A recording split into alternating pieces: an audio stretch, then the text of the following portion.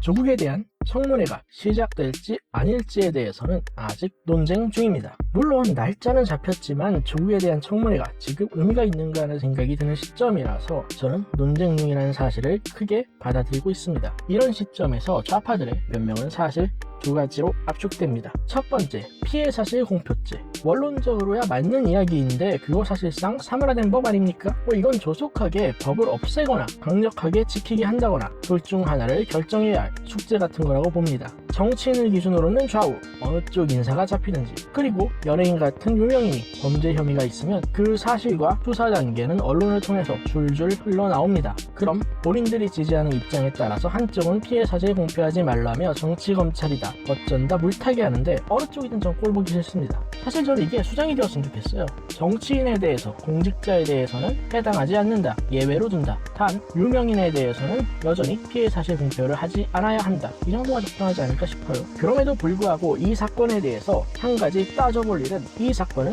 사실 피해 사실이라는 것 자체가 고발이 공식적으로 행해졌고 검찰에 고발이 들어가면 어떤 식으로든 수사를 할 거고, 피해자가 조국이란 것 굳이 검찰이 이야기하지 않아도 이미 알고 있는 거 아닙니까? 자한당이 청문회 이전에 고발하는 것 자체가 문제다 라는 식으로 얼마 전까지 떠든 거 보면 고발이 있었다는 사실은 이미 알고 있는 거, 확실한 놈들이 이런 문제 제기를 하는 것 자체가 제가 앞뒤가 맞지 않는 짓거리라는 생각이 듭니다. 아니면 우리 문 대통령이 집권하시는 동안 여권 인사에 대해서 고발이 있더라도 당연히 수사하지 않아야 한다는 기대가 있었는데 검찰이 수사를 하니까 화가 나는 걸까요? 두 번째는 의혹만 있을 뿐이다. 맞는 말이죠. 검찰 수사가 끝나지 않았으니 당연히 의혹만 있습니다. 범죄 사실의 입증은 검찰이 하는 일이고 판결이 나기 전에는 의혹만 있죠. 대한민국은 법치주의 국가고 기본적으로 무죄 추정 원칙이 적용되기 때문에 아주 엄격하게 적용하자면 3심이 끝나기 전까지는 의혹만 있는 거죠. 혐의만 있는 거고요. 그러니 법은 멀고 주먹이 가깝다는 말도